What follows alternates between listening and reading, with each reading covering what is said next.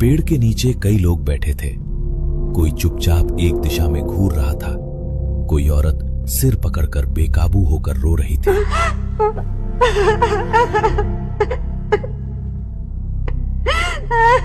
एक छोटी बच्ची मिट्टी में कुछ बना बिगाड़ रही थी और एक आदमी बिना मकसद के गोल गोल घूमता जा रहा था। सबकी आंखों में एक ही चीज थी, खालीपन, जैसे उनमें से जीवन का अर्थ ही निकल गया हो। इन्हीं सब के बीच एक लड़की जमीन पर बैठी थी। वो सामने बिखरी छोटी छोटी कवड़ियां गिन रही थी।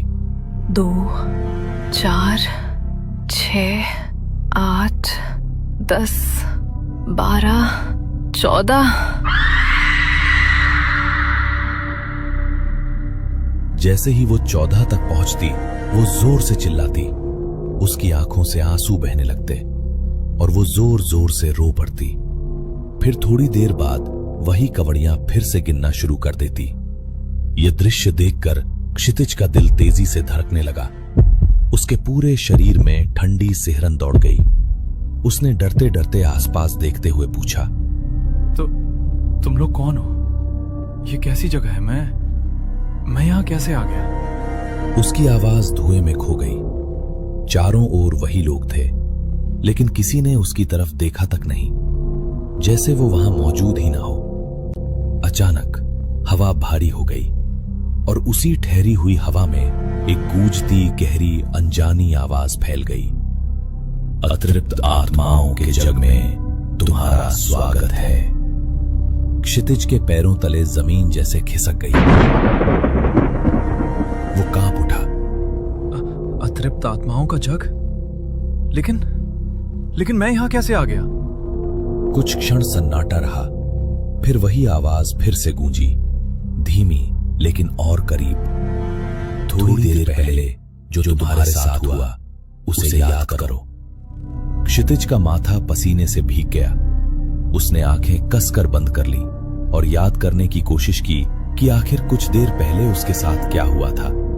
तभी अचानक उसके दिमाग में धुंधले धुंधले दृश्य उभरने लगे, जैसे बिखरी हुई यादें धीरे धीरे जुड़ रही हों। एक एक पल, एक एक घटना, सब कुछ फिर से उसकी आंखों के सामने लौटने लगा।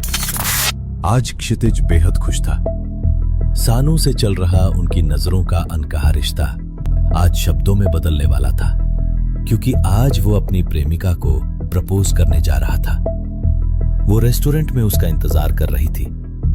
जैसे ही क्षितिज रेस्टोरेंट के सामने पहुंचा, उसकी नजर उस पर पड़ी। वो खिड़की के पास बैठी थी। उसे देखते ही उसके होठों पर वही जानी पहचानी प्यारी मुस्कान खिल उठी। क्षितिज का दिल जोरों से धड़कने लगा। उसने एक गहरी सांस ली और उसकी ओर कदम बढ़ाए ही थे कि धड़ाम!